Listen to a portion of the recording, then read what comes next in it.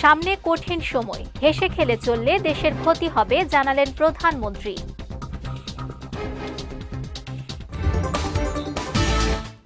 জামায়াত নেতারা পরিকল্পিতভাবে কুৎসা রটাচ্ছে মন্তব্য রিজভীর।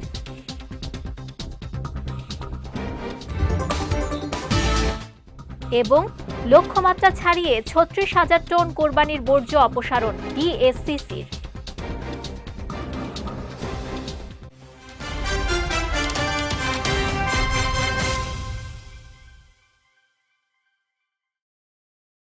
আসসালামু আলাইকুম। পুষ্টি চা নিবেদিত বিজয় রাতের সংবাদে আমন্ত্রণ জানাচ্ছি আমি নুসরাত আহমেদ। শুনছিলেন শিরোনাম, এবারে বিস্তারিত। প্রধানমন্ত্রী তারেক রহমান বলেছেন, বর্তমান সরকার দেশে একটি বিধ্বস্ত অবস্থায় দায়িত্ব নিয়েছে। দেশের সামনে কঠিন ও গুরুত্বপূর্ণ সময় অপেক্ষা করছে। এ সময়টা হেসে খেলে চললে দেশের অনেক ক্ষতি হবে। জিয়াউর রহমান যেভাবে দেশ গঠন করতে চেয়েছিলেন, বর্তমান সরকার সেভাবেই চলার চেষ্টা করছে। মানুষ তাদের কাছেই প্রত্যাশা করে, যাদের কাছে কিছু পেতে পারে। রোববার রাজধানীর কৃষিবিদ ইনস্টিটিউটে সাবেক রাষ্ট্রপতি জিয়াউর রহমানের ৪৫তম শাহাদাত বার্ষিকী উপলক্ষে বিএনপি আয়োজিত আলোচনা সভায় তিনি এসব কথা বলেন। এ সময় সরকার প্রধান বলেন, জিয়াউর রহমান কঠোর পরিশ্রমের মাধ্যমে বাংলাদেশকে এমন স্থানে নিয়ে গিয়েছেন, তাতে মানুষ জিয়া ও বাংলাদেশকে একরকম মনে করত। কঠোর পরিশ্রম, সততার মাধ্যমে দেশে অনেক পরিবর্তন এনেছিলেন তিনি। জিয়াউর রহমানের সেই পথ অনুসরণ করতে হবে। এছাড়া জিয়াউর রহমান যেভাবে চেয়েছিলেন সেভাবেই দেশ পরিচালনার চেষ্টা করছেন বলেও জানান সরকার প্রধান। শহীদ রাষ্ট্রপতি জিয়াউর রহমানকে হেনরি কিসিঞ্জার বলেছিল, দেশ স্বাধীনের পরে দুর্ভাগ্যজনক দুর্ভিক্ষের পরে যে বটমলেস বাস্কেট। মাত্র কিছুদিনের মধ্যে শহীদ জিয়াউর রহমান কঠোর পরিশ্রমের মাধ্যমে এমন একটি পর্যায়ে নিয়ে গিয়েছিলেন বাংলাদেশকে। মহাশির সাহেব ওনার বক্তব্যে বলেছেন যে ১৯৮০-৮১ সালের দিকে বাংলাদেশ চাল রপ্তানি করেছিল। শহীদ রাষ্ট্রপতি জিয়াউর রহমানকে এত অল্প সময় এমন জায়গায় বিশ্ব দরবারে নিয়ে গেছিলেন যে মানুষ শহীদ জিয়া বা বাংলাদেশ বললে দুটোকে একসাথেই বুঝত মানুষ। প্রিয় সহকর্মীবৃন্দ, সকল উপস্থিতিবৃন্দ, আমরা সেই মানুষের বা সেই মানুষটার রেখে যাওয়া আদর্শ বা দলের রাজনীতি আমরা করছি। আজকে আমাদেরকে এই বিষয়টি অনুধাবন করতে হবে। জামায়াত নেতারা পরিকল্পিতভাবে সরকারের বিরুদ্ধে নানা ধরনের মিথ্যাচার ও কুৎসা রটাচ্ছে বলে অভিযোগ করেছেন প্রধানমন্ত্রীর রাজনৈতিক উপদেষ্টা ও বিএনপির সিনিয়র যুগ্ম মহাসচিব রুহুল কবির রিজভী। রোববার সকালে জাতীয় প্রেসক্লাবে শহীদ প্রেসিডেন্ট জিয়াউর রহমানের শাহাদাত বার্ষিকী উপলক্ষে জাসাস আয়োজিত আলোচনা সভায় তিনি এ অভিযোগ করেন। রিজভী বলেন, দেশের বিভিন্ন স্থানে চাঁদাবাজিতে লিপ্ত জামায়াত নেতারা ভিন্নভাবে চাঁদা নেয়। তারা এটাকে হাদিয়া এবং ইয়ানতের নাম করে নেয়। নিজেদের অপকর্ম ঢাকতে দলটি ধর্মের অপব্যবহার করছে বলেও দাবি করেন এই বিএনপি নেতা। মিথ্যাচার না করে সরকারের বিরুদ্ধে গঠনমূলক সমালোচনা করার আহ্বান জানান রিজভী। প্রধানমন্ত্রী অলিতে গলিতে ঢাকা মহানগরের ঘুরে বেরিয়ে তিনি গোটা এইটা দেখেছেন এবং যেখানে যেখানে গাফিলতি দেখেছেন তার বিরুদ্ধে ব্যবস্থা নিয়েছেন এবং এতে দায়িত্ব যে কর্মকর্তারা তাদের দুইজনকে সাসপেন্ড করেছেন। তাহলে পদক্ষেপ নেয়নি, এই মিথ্যাচার করলেন কেন? আপনারা ধর্মের নামে রাজনীতি করেন, আপনারা ইসলামের নামে রাজনীতি করেন, তাহলে দ্রুত এই মিথ্যাচার আপনারা করে ফেললেন। আপনাদের একজন নেতা বলেছেন যে ৭১-এর জামাত আর এখনকার জামাতের মধ্যে পার্থক্য আছে।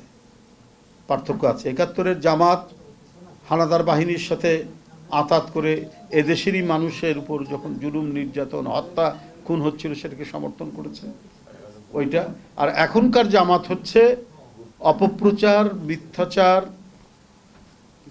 সহ নানা ধরনের অপকর্মের সাথে জড়িত। এই দুইটা পার্থক্য। লক্ষ্যমাত্রা ছাড়িয়ে ৩৬,০০০ টন কোরবানির বর্জ্য অপসারণ করেছে ঢাকা দক্ষিণ সিটি কর্পোরেশন। কোরবানি শুরুর পর গত ৩ দিনে মোট ৩৬,০৮৬ টন বর্জ্য অপসারণ করেছে ডিএসসিসি।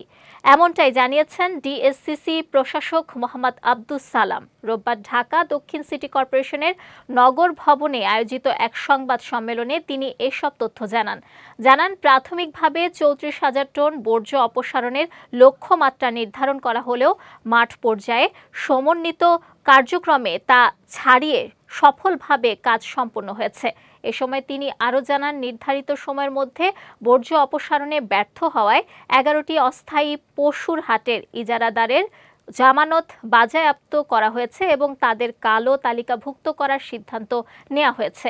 ডিএসসিসি 13,500 পরিচ্ছন্নতা কর্মীর অংশগ্রহণে দিনরাত কাজ করে নগরী দ্রুত পরিচ্ছন্ন করা হয়। কর্তৃপক্ষ বলছে, ভবিষ্যতে হাট ব্যবস্থাপনায় আরও কঠোর নজরদারি ও জিরো টলারেন্স নীতি অব্যাহত থাকবে। প্রত্যেকটা কিছু একটা নিয়ম মাফিক করতে হবে। এটা আমাদের হাট ব্যবস্থাপনা কমিটি আছে, সেই কমিটি বসে আজকে মূল সিদ্ধান্তটা কি হবে এটা আমি বলে দিছি। তাদেরকে পেনাল্টি করা হবে, জামানত বাজেয়াপ্ত হবে, এটা তো হবেই। এর বেশি কিছু হবে কিনা সেটা হাট কমিটি বসে ফাইনাল করবে। পবিত্র হজ পালন শেষে দেশে ফিরতে শুরু করেছেন হজ যাত্রীরা।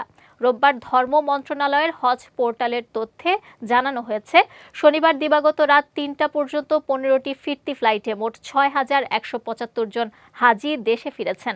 ফিরে আসা হাজিদের মধ্যে সরকারি ব্যবস্থাপনায় 416 জন এবং বেসরকারি ব্যবস্থাপনায় 5,759 জন রয়েছেন। বিমান বাংলাদেশ এয়ারলাইন্স, সৌদি এয়ারলাইন্স ও ফ্লাইনাস এয়ারলাইন্স এসব হাজিদের পরিবহন করছে।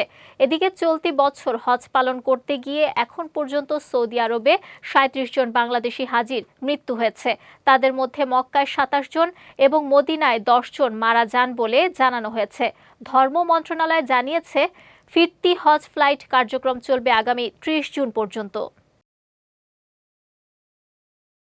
বিশ্ব শান্তি রক্ষায় আত্মোৎসর্গের স্বীকৃতি হিসেবে বাংলাদেশের 6 বীর শান্তিরক্ষীকে মরণোত্তর দাগ হ্যামারশোল্ড মেডেল প্রদান করছে জাতিসংঘ। আগামী 5 জুন নিউ ইয়র্কে জাতিসংঘ সদর দপ্তরে আয়োজিত আন্তর্জাতিক জাতিসংঘ শান্তিরক্ষী দিবসের অনুষ্ঠানে এই সম্মাননা তুলে দিবেন মহাসচিব অ্যান্তোনিও গুতেরেস। চলতি বছর দায়িত্ব পালনকালে আত্মত্যাগকারী 68 জন সামরিক, পুলিশ ও বেসামরিক শান্তিরক্ষীকে মরণোত্তর এই পদকে ভূষিত করা হচ্ছে। তাদের মধ্যেই রয়েছেন বাংলাদেশের 6 শান্তিরক্ষী। সম্মাননা পেতে যাওয়া বাংলাদেশি শান্তিরক্ষীরা হলেন মোহাম্মদ জাহাঙ্গীর আলম, মোহাম্মদ সবুজ মিয়া, মোহাম্মদ মাসুদ রানা, মোহাম্মদ মমিনুল ইসলাম, শামীম রেজা এবং শান্ত মণ্ডল। এই বীর সেনানীরা আব্বেই অঞ্চলে জাতিসংঘের অন্তর্বর্তীকালীন নিরাপত্তা বাহিনীতে কর্মরত ছিলেন এবং 2025 সালের 13 ডিসেম্বর সেখানে একটি আকস্মিক ড্রোন হামলায় নিহত হন। তাদের এই আত্মত্যাগ বিশ্ব শান্তি প্রতিষ্ঠায় বাংলাদেশের গৌরবোজ্জ্বল অবদানকে আরও একবার আন্তর্জাতিক অঙ্গনে তুলে ধরেছে। পবিত্র ঈদুল আজহার টানা 7 দিনের সরকারি ছুটি শেষ হচ্ছে আজ। দীর্ঘ বিরতির পর আগামীকাল সোমবার থেকে খুলছে দেশের সরকারি বেসরকারি অফিস, আদালত, ব্যাংক, বীমা প্রতিষ্ঠান এবং পুঁজিবাজার। এদিকে ছুটি শেষে ইতোমধ্যে রাজধানী ঢাকায় ফিরতে শুরু করেছেন লাখো মানুষ। ফলে সড়কেও ধীরে ধীরে বাড়ছে গণপরিবহনের চাপ। ঈদের আগে টানা ছুটির কারণে সরকারি ও বেসরকারি প্রতিষ্ঠানগুলো বন্ধ থাকলেও সোমবার থেকে সব ধরনের দাপ্তরিক ও আর্থিক কার্যক্রম স্বাভাবিকভাবে শুরু হবে বলে জানিয়েছে সংশ্লিষ্টরা। দেশে গত 24 ঘন্টায় হামের উপসর্গ নিয়ে আরও 2 জনের মৃত্যু হয়েছে। তবে এর সময় নিশ্চিত হামে কোনো মৃত্যুর ঘটনা ঘটেনি বলে জানিয়েছে স্বাস্থ্য অধিদপ্তর। রোববার বিকেলে প্রকাশিত হালনাগাদ প্রতিবেদনে বলা হয়, একই সময় সন্দেহজনক হামে আক্রান্ত হয়েছে 1377 জন, যার মধ্যে 1324 জন শিশু। 15 মার্চ থেকে 30 মে পর্যন্ত দেশে সন্দেহজনক হাম রোগীর সংখ্যা দাঁড়িয়েছে 70,936 জনে। এর মধ্যে হাসপাতালে ভর্তি হয়েছেন 56,886 জন এবং সুস্থ হয়ে বাড়ি ফিরেছেন 52,841 জন। স্বাস্থ্য অধিদপ্তর জানায়, এখন পর্যন্ত সন্দেহজনক হামে মোট মৃত্যু হয়েছে 495 জনের এবং নিশ্চিত হামে মারা গেছেন 90 জন। এবার পুষ্টি চিনিগুড়া চাল নিবেদিত জেলা সংবাদ।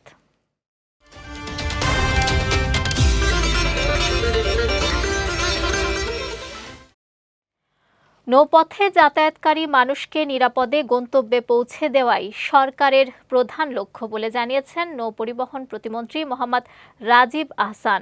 রোববার ঈদ শেষে কর্মস্থলে ফেরা যাত্রীদের নিরাপদ যাত্রা নিশ্চিত করতে ভোলার ইলিশা লঞ্চঘাট পরিদর্শনকালে এ কথা বলেন তিনি। জানান, ঈদুল আজহার ছুটিতে বাড়ি ফেরা মানুষের যাত্রা নির্বিঘ্ন করতে কাজ করছে সরকার। ছুটি শেষে কর্মস্থলে ফেরা যাত্রীরাও যেন নিরাপদে গন্তব্যে পৌঁছাতে পারেন সে লক্ষ্যেই দেশের গুরুত্বপূর্ণ নৌঘাটগুলো পরিদর্শন করা হচ্ছে। প্রতিমন্ত্রী বলেন, ঘাট পরিদর্শনের মাধ্যমে বিভিন্ন সমস্যা ও ত্রুটি চিহ্নিত করে দ্রুত সমাধানের উদ্যোগ নেওয়া হচ্ছে। যাত্রী সেবার মান উন্নয়ন এবং নিরাপদ নৌযাত্রা নিশ্চিত করতে সংশ্লিষ্ট সকল সংস্থাকে প্রয়োজনীয় নির্দেশনাও দেওয়া হয়েছে। এছাড়া দেশের যেসব এলাকায় নৌযানের সংকট রয়েছে সেসব এলাকায় প্রয়োজন অনুযায়ী সরকারি বা বেসরকারি উদ্যোগে নৌযান সরবরাহের ব্যবস্থা নেওয়া হবে বলেও জানান প্রতিমন্ত্রী। আমরা আমাদের বিআইডব্লিউটিএ, টিসি, জেলা প্রশাসন, পুলিশ প্রশাসন, কোস্টগার্ড যারা আমরা এখানে আছি, আমরা কিন্তু খুব আন্তরিকভাবে চেষ্টা করছি। আমরা আপনাদের মাধ্যমে আশা করব যে এখানে স্থানীয় রাজনৈতিক নেতৃবৃন্দ এবং জনগণ এই প্রক্রিয়াটার সাথে সম্পৃক্ত হবে। যদি তারা সম্পৃক্ত হয়, আমাদের সাথে কাজ করে, দ্রুত কাজটি হবে, এটি হবে আমার প্রত্যাশা। আপনি দেখতে পাচ্ছেন যেই জায়গাটিতে আমরা দাঁড়িয়ে আছি, অনেক দিন যাবৎ চেষ্টা করছি এই 25 ফুট রাস্তাটাকে বড় করে জনগণের জন্য উন্মুক্ত করার। এই জায়গাটি বিভিন্ন ব্যক্তি দাবি করছে তাদের ব্যক্তি মালিকানা, এগুলো নিয়ে জটিলতা। স্থানীয় নেতৃবৃন্দ যারা আছেন, মাননীয় সংসদ সদস্য যিনি আছেন, তারাও যদি আমাদের সাথে একসাথে কাজ করে, আমার মনে হয় যে সমস্যাগুলো অনেক দ্রুত সমাধান করা যায়। শিশু রামিসা হত্যাকাণ্ডের বিচার কার্যে আসামির বিরুদ্ধে সর্বোচ্চ সাজা প্রার্থনা করা হবে বলে জানিয়েছেন আইনমন্ত্রী মোহাম্মদ আসাদুজ্জামান। রোববার সকালে ঝিনাইদহের শৈলকুপা উপজেলা পরিষদ অডিটোরিয়ামে আয়োজিত এক অনুষ্ঠানে তিনি এ কথা বলেন। তিনি জানান, প্রাপ্ত তথ্য প্রমাণ অনুযায়ী আসামির সর্বোচ্চ শাস্তি নিশ্চিত হবে বলেই সরকার প্রত্যাশা করছে। এ সময় আইনমন্ত্রী আরও বলেন, মাদকমুক্ত সমাজ গঠনে সবাইকে ঐক্যবদ্ধভাবে কাজ করতে হবে এবং মাদকের বিরুদ্ধে কোনো ছাড় দেয়া হবে না। অনুষ্ঠানে জেলা প্রশাসন ও জেলা পরিষদের কর্মকর্তারা সহ স্থানীয় জনপ্রতিনিধিরা উপস্থিত ছিলেন। আগামীকাল কোর্ট খুলবে, আদালত খুলবে, সেখানে প্রথম দিনেই এই মামলাটার গুরুত্ব বিবেচনা করে শুনানির জন্য রেখেছেন। এটা আদালতের এখতিয়ার। আমরা শুধু আদালতের কাছে প্রার্থনা করতে পারি। আমরা প্রার্থনা করব সর্বোচ্চ সাজা, বাকিটা আদালত যেটা ন্যায় বিচারের স্বার্থে মনে করবেন সেটাই করবেন। তবে আমি মনে করি যে যেরকম সাক্ষ্য প্রমাণ আছে, আসামির দোষ স্বীকারোক্তিমূলক জবানবন্দি আছে, সেই বিবেচনায় আমাদের যে সর্বোচ্চ শাস্তি, আমরা মনে করি আদালত এই বিষয়টা বিবেচনায় নেবেন। শরীয়তপুরের জাজিরা উপজেলায় একটি কবরস্থানে ককটেল বিস্ফোরণের ঘটনায় এক যুবক আহত হয়েছেন। সকালে উপজেলার বিলাসপুর ইউনিয়নের জানখারকান্দি গ্রামের একটি কবরস্থানে এ ঘটনা ঘটে। স্থানীয়রা জানায়, কবরস্থানে রাখা ককটেলের কাছে গেলে আলতাফ খান নামের একজন বিস্ফোরণের কবলে পড়েন। বিস্ফোরণের পর আহত আলতাফ খানকে উদ্ধার করে উন্নত চিকিৎসার জন্য ঢাকায় পাঠানো হয়। পুলিশ জানায়, খবর পেয়ে পুলিশের একটি টহল দল ও শরীয়তপুর 1 আসনের সংসদ সদস্য সাইদ আহমেদ আসলাম ঘটনাস্থল পরিদর্শন করেছে। কবরস্থানে ককটেল মজুদের উৎস এবং বিস্ফোরণের প্রকৃত কারণ উদ্ঘাটনে তদন্ত চলছে বলেও জানিয়েছে পুলিশ। যতটুকু দেখলাম সেটা হচ্ছে যেখানে একটা মেসিভ বিস্ফোরণ হয়েছে, মানে প্রায় 5 ফিট বাই 5 ফিট এরিয়া জুড়ে মাটি উঠে গেছে এবং আমরা ধারণা করছি যে এখানে ককটেল কেউ জমা করে রাখছিল, সেটা কোনো কোনোভাবে ওভার হিটে, যেহেতু এখন অনেক তাপমাত্রা, ওভার হিটে হয়তো বা এটা ব্লাস্ট হয়েছে। নাটোরের লালপুরে একটি জুট মিলে দুর্ধর্ষ ডাকাতির ঘটনা ঘটেছে। শনিবার মধ্যরাতে জেলার লালপুর উপজেলার এবি ইউনিয়নের শ্রীরামগাড়ি এলাকায় অবস্থিত সাজিদ জুট মিলে এ ডাকাতির ঘটনা ঘটে। মিলের মালিক সাজিদ মল্লিক জানান, একদল সশস্ত্র ডাকাত মিলের নৈশ প্রহরী ও শ্রমিকদের বেঁধে ফেলে অস্ত্রের মুখে জিম্মি করে। পরে মিলের সামনে ট্রাক এনে বিপুল পরিমাণ মালামাল লুট করে নিয়ে যায় তারা। এ ঘটনায় প্রায় ৭০ লাখ টাকার ক্ষয়ক্ষতি হয়েছে বলে দাবি করেন তিনি। এ বিষয়ে লালপুর থানার ভারপ্রাপ্ত কর্মকর্তা শফিকুল ইসলাম বলেন, এ বিষয়ে ভুক্তভোগী ব্যবসায়ী লালপুর থানায় অভিযোগ দায়ের করেছেন। অভিযোগের ভিত্তিতে তদন্ত ও আইনগত কার্যক্রম চলমান রয়েছে বলেও জানিয়েছেন এ পুলিশ কর্মকর্তা। একে একে সবাইকে ডাকলো, সবাইকে আমার 4টা সিকিউরিটি 4 জনকে ডেকে ওখানে বসাল। ওখান থেকে আধা ঘন্টা পরে ওই ঘরে নিয়ে গেল। ওই ঘরে নিয়ে যেয়ে আমাদেরকে তালা মেরে রাখলো। তারপরে দিকে যা করার করলো ওটা আমরা দেখতে পাইনি। 30 থেকে 35 জনা ঢুকিয়েছিল, ঢুকে আমরা আগে 4 জনা ছিলাম, বাইন্দি থুইছে একটা ঘরের মধ্যে। পরে কি করতে পারলো আমরা দেখতে পারিনি। সামনেও অন্ধকার, পিছনে অন্ধকার, সব জায়গাতেই অন্ধকার। অন্ধকারে আমরা কিছু ঠিক পাইনি। আমার লিজে ঘরে রাখিছে, ওরা যাওয়ার কালে ঘরে থেকে ওরা বাড়াইছে, তালা মেরেছি, চলে গেছে। ধরেন ওরা এই পর্যন্ত থেকে আমার জানা।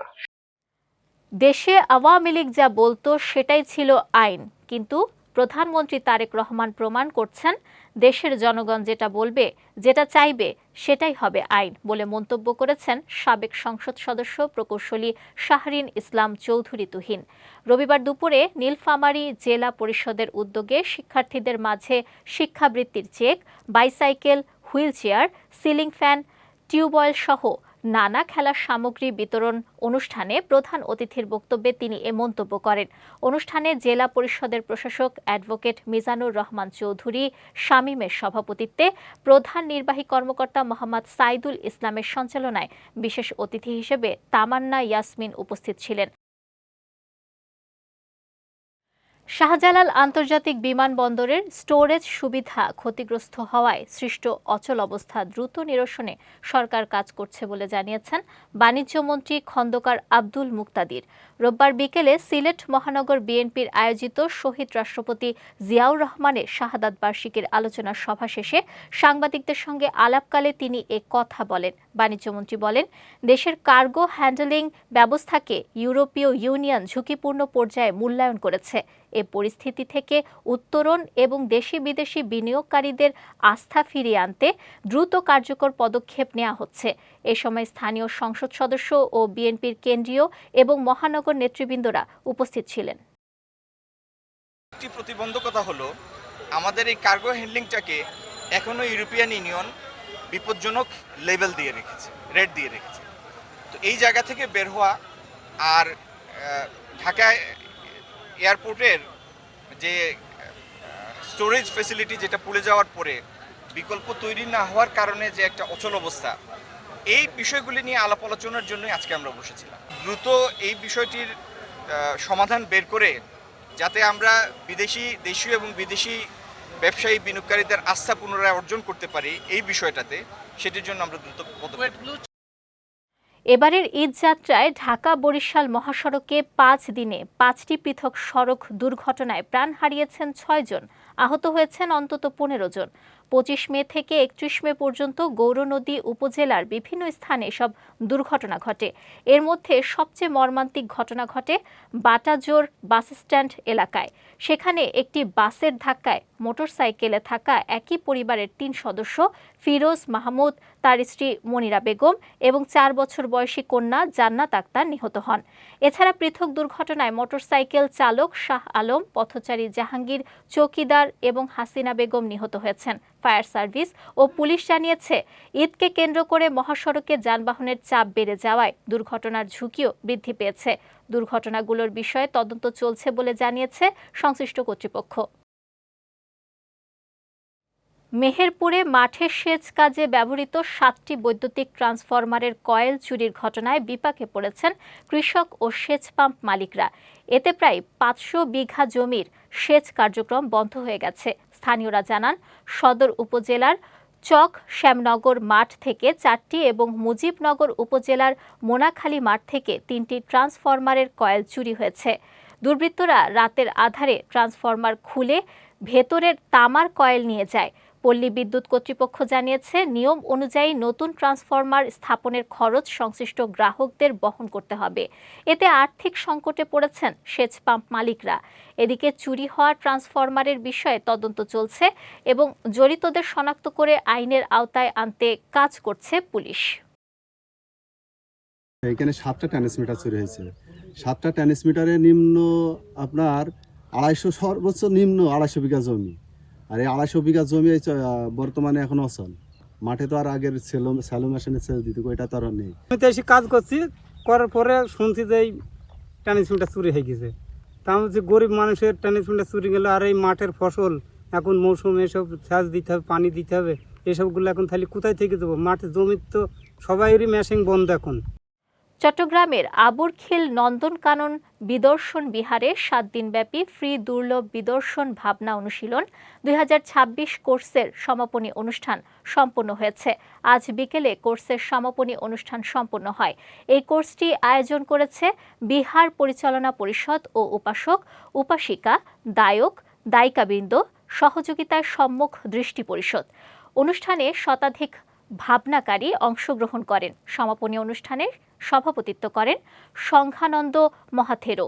প্রধান সদ্ধর্মদেশক ও কোর্স পরিচালক হিসেবে ছিলেন ভদন্ত আরিয়া ওয়ে সংসা থেরো। স্বাগত বক্তব্য দেন প্রফেসর ডক্টর রূপেন বড়ুয়া বাবলা। এছাড়াও শুভেচ্ছা বক্তব্য দেন প্রকৌশলী প্রদীপ কুমার বড়ুয়া ও পুষ্পেন বড়ুয়া কাজল। এ সময় উপস্থিত ছিলেন শরণ পাল ভিক্ষু, প্রকাশ চন্দ্র বড়ুয়া, বোধিপাল বড়ুয়া সহ অন্যান্যরা। পরে সকলের মঙ্গল ও কল্যাণ কামনায় মৈত্রী প্রার্থনা করা হয়।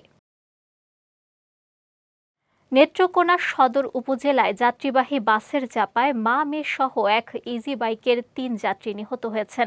এ ঘটনায় আহত হয়েছেন আরও 5 যাত্রী। আজ সদর উপজেলার নেত্রকোনা ময়মনসিংহ মহাসড়কের 40 এলাকায় এ দুর্ঘটনা ঘটে। ঘটনাটির সত্যতা নিশ্চিত করে জেলা পুলিশের মুখপাত্র অতিরিক্ত পুলিশ সুপার হাফিজুল ইসলাম জানিয়েছেন, ময়মনসিংহ থেকে নেত্রকোনাগামী একটি দ্রুতগতির বাস 40 বাইপাস মোড়ে একটি যাত্রীবাহী ইজি বাইককে চাপা দেয়। এতে ঘটনাস্থলেই মা মেয়ে সহ 3 যাত্রী নিহত হন। পরে স্থানীয়রা আহতদের উদ্ধার করে নেত্রকোনা সদর হাসপাতালে পাঠান। সেখানে প্রাথমিক চিকিৎসা শেষে আহত 5 জনকে উন্নত চিকিৎসার জন্য ময়মনসিংহ মেডিকেল কলেজ হাসপাতালে পাঠানো হয়। এদিকে নিহতদের মরদেহের সুরত হাল প্রতিবেদন প্রস্তুত শেষে প্রয়োজনীয় আইনানুগ ব্যবস্থা গ্রহণ করা হবে বলেও জানিয়েছেন তিনি। এবার পুষ্টি নিবেদিত আন্তর্জাতিক প্রসঙ্গ।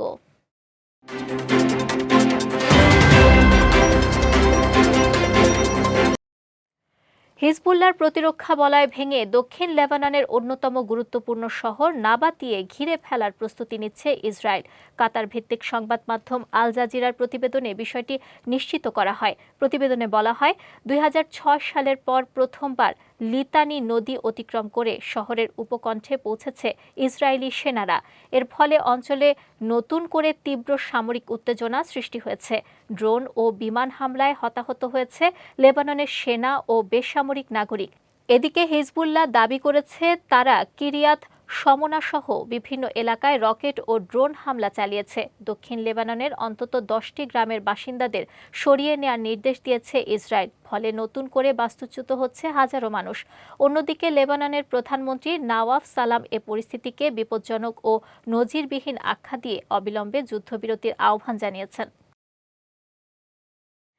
ইরান ও ইরাকে যুক্তরাষ্ট্রের সামরিক হস্তক্ষেপ ভুল সিদ্ধান্ত ছিল এবং তাদের সেখানে যাওয়া উচিত হয়নি বলে মন্তব্য করেছেন যুক্তরাষ্ট্রের প্রেসিডেন্ট ডোনাল্ড ট্রাম্প। স্থানীয় সময় শনিবার ফক্স নিউজকে দেয়া এক সাক্ষাৎকারে তিনি বলেন, ইরাক ও ইরানে যুক্তরাষ্ট্রের যাওয়া উচিত হয়নি। ট্রাম্প বলেন, ইরাক নিয়ে যা হয়েছে তা ছিল বোকামি এবং সেখানে থাকা যুক্তরাষ্ট্রের উচিত ছিল না। একই সঙ্গে তিনি দাবি করেন, ইরানের পারমাণবিক সক্ষমতা ঠেকাতে পূর্বের সামরিক পদক্ষেপ জরুরি ছিল। তিনি আরও বলেন, অতীতের যুদ্ধগুলোতে অতিরিক্ত ধ্বংসযজ্ঞ দীর্ঘমেয়াদে দেশ পুনর্গঠনে ব্যাহত করেছে, যা বড় একটি ভুল ছিল বলে মন্তব্য করেন তিনি। যাচ্ছে পুষ্টি ড্রিঙ্কিং ওয়াটার নিবেদিত খেলা সংবাদে।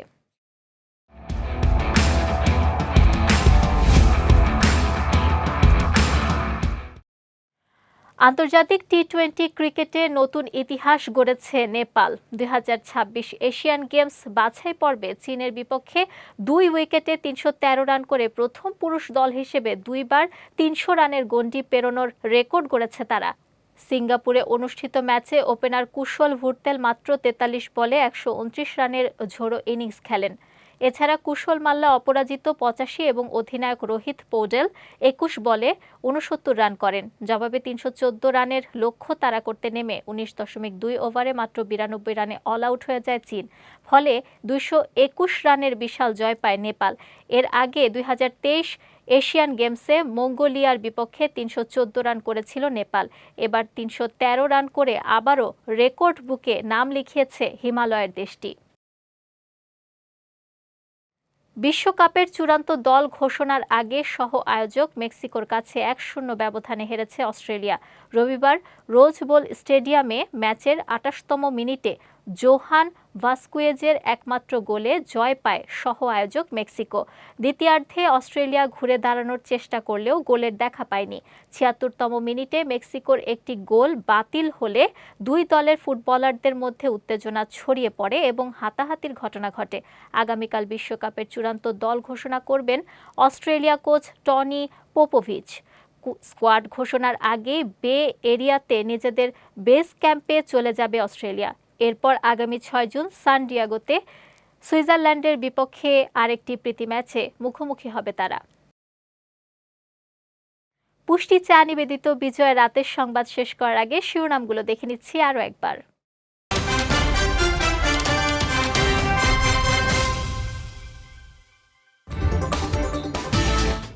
সামনে কঠিন সময়, হেসে খেলে চললে দেশের ক্ষতি হবে, জানালেন প্রধানমন্ত্রী।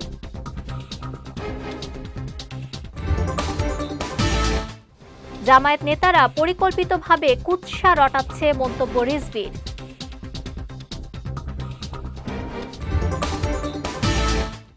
এবং লক্ষ্যমাত্রা ছাড়িয়ে 36,000 টন কোরবানির বর্জ্য অপসারণ ডিএসসিসির।